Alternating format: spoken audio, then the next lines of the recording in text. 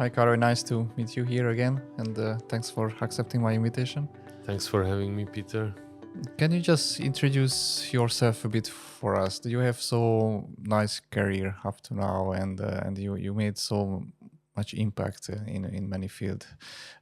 Can you just introduce you and how you came to this really high impact stage? Well, honestly, it's quite challenging for me because, but of course, I will try because I have a very colorful background and journey, which for many years I thought it's a disadvantage, and I kind of felt ashamed of it when I compared myself with people who knew what they wanted in life and then they went in a straight line and achieved it. That's not my story. My story is a sequence of trial and error, and then fine tuning my thesis. But I think it's our normal learning curve, not? Or at least the entrepreneur people. Yes, yeah. For sure, yes. Well, I started in sales and business development in my 20s. Why did I do that? Not because I wanted to. I was, and I'm still an introverted person.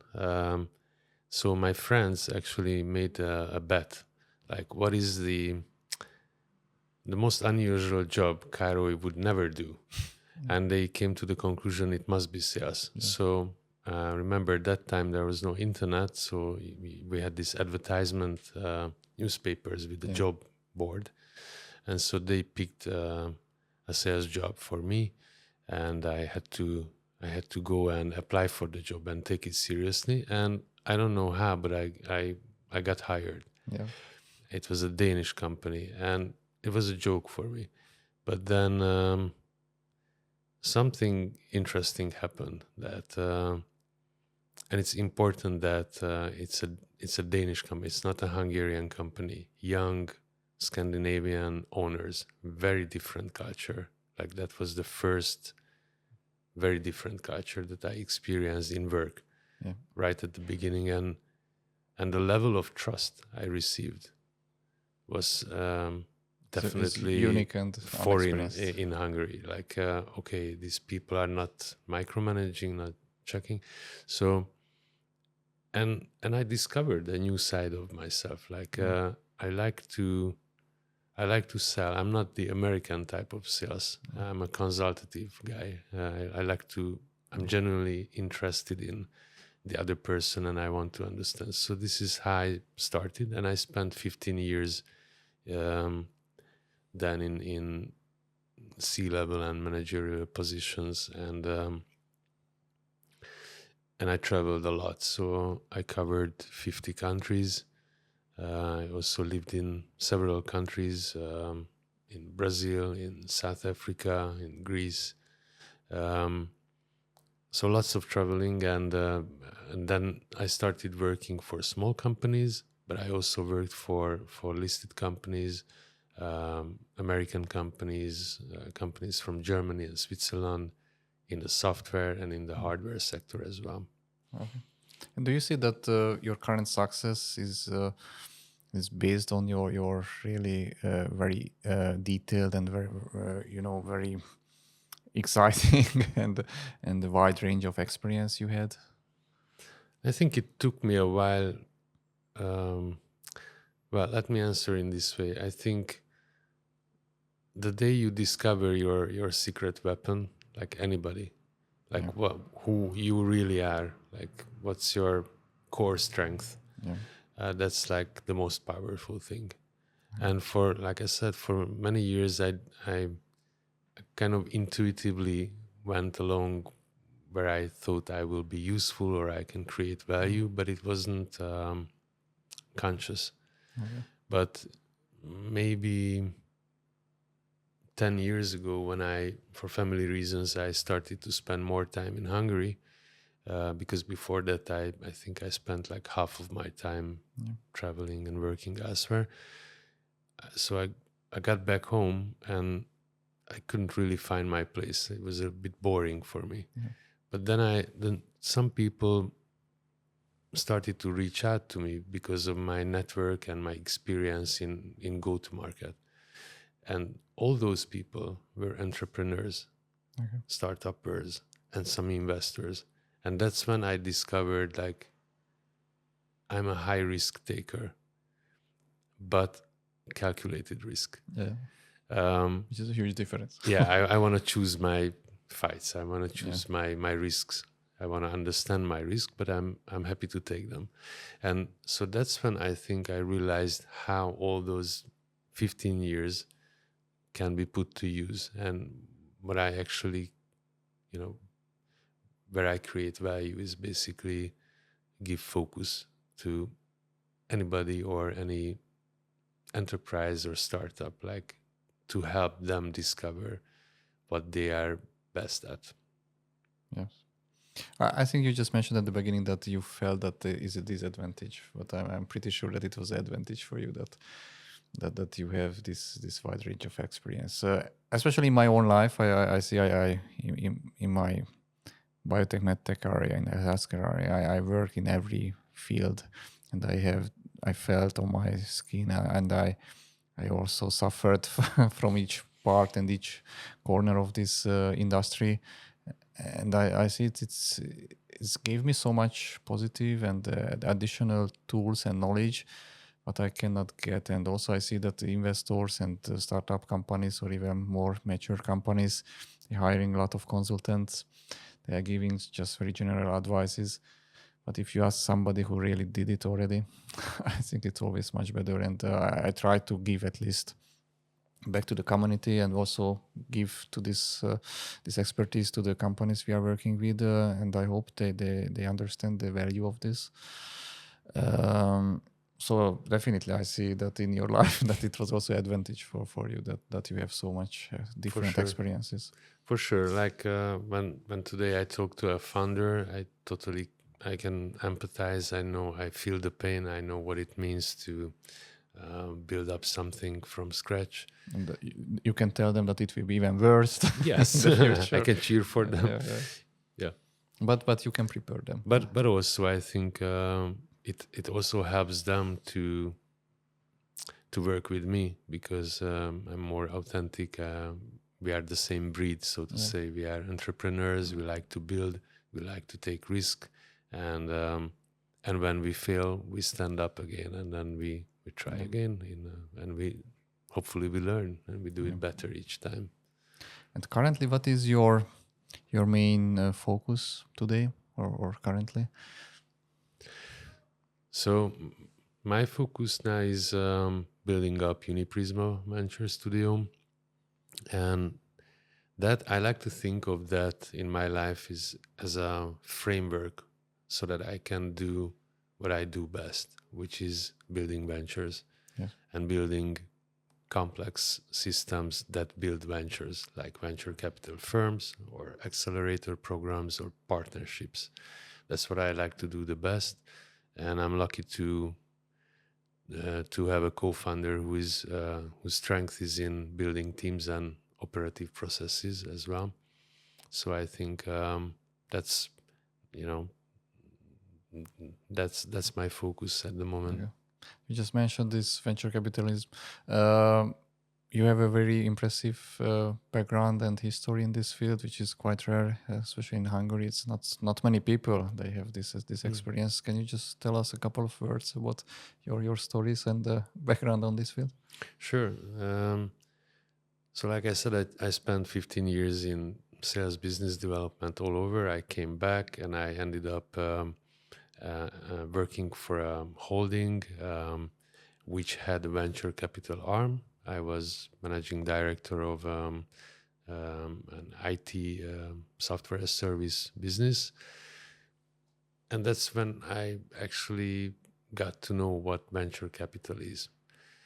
And the way I got to know it is that the portfolio companies started to reach out to me like, Karoly, can you help us create a go-to-market strategy? Do you know anybody in South America or here and there? And then I very quickly I absorbed. I'm like that. Like if something is interesting for me, I have a super focus and I absorb everything. and I got super interested in what's happening there. So that's where I learned. That was DBH investment. But I didn't work at the investment side at that time. But then I decided, okay, this is what I want to do. Yeah. And then after that, I launched my own company with 2 other partners, which was almost like a venture studio. We had consulting services for startups.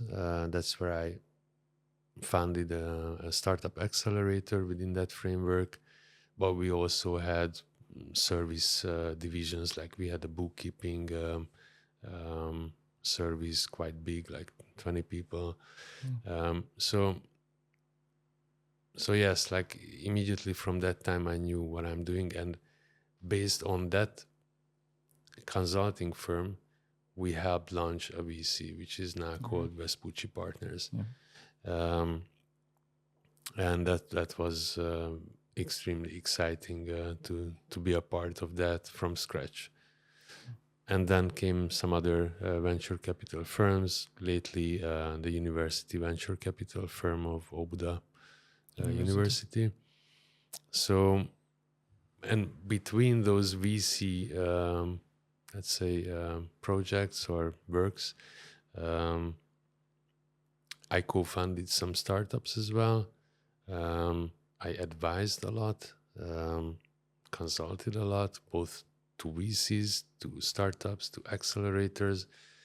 So I sat at each side of the table, so to say. Yeah, that's very nice. And currently in Prisma, what is your core focus, core value proposition? For startups, it's definitely, I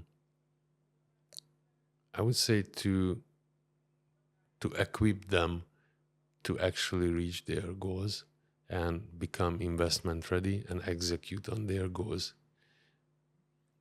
But a disclaimer here, quite often, whatever they think their goals are, it's not correct. Yeah. So when we interact with them, we actually help them to find their, like I said, I like to use this expression, their core strength. Yes. And to have a laser focus on that and just don't do anything else at the beginning. Then you can zoom out. But first you need to get something done. Yes. Yeah. And then you can build upon that. So that's the value proposition for startups. For universities, spin-offs, I think universities suffer from a disease that I call a lack of market intelligence. We shouldn't blame them. Academic is not built for that, so that's okay. It's just better to acknowledge that there needs to be a partnership between market and academic, and we facilitated that. So we help universities to become more successful in their spin-off rates. Yes. Let's put it simple.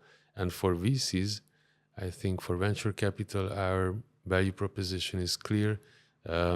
Their deal flow will be higher quality. Yes. And there is, I would say I like to simplify things, but I would say this is our core proposition, yeah. All right. What is your sector focus? As I learned, this healthcare is currently one of the main focus. Are you planning to extend it, or it is just close to your heart, or how you selected this? So Sorry. I would say you also play a huge part in that. And I think neither Timon and myself, we are not, as you know, we are not health professionals. And I think we don't need to be if we have the right partners who are. Yes. Somebody needs to be. Yes. I think what we bring to the table is the know-how on how to spin off and build up a company, and how to fundraise and how to prepare for investment. That we are, and how to build teams. We are superb in that. We would like to apply this know-how in one domain, which is the healthcare. But why? Because we have found a great partner in you.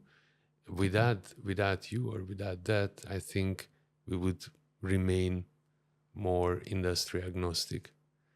But now I think we should build up this domain.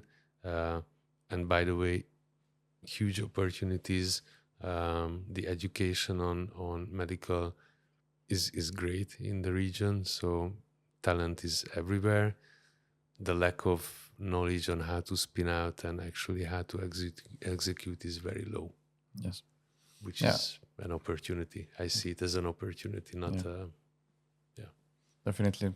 I'm biased because I'm a healthcare professional, but I see that the startup world in the healthcare sector is there are so big opportunities, and as we discussed before, for all of us, three of us, I think one of the common value is the impact. So we would like to do something impactful, and I think for me it's the best impact when I see that with this medication device or diagnostics, anything, how many lives you save.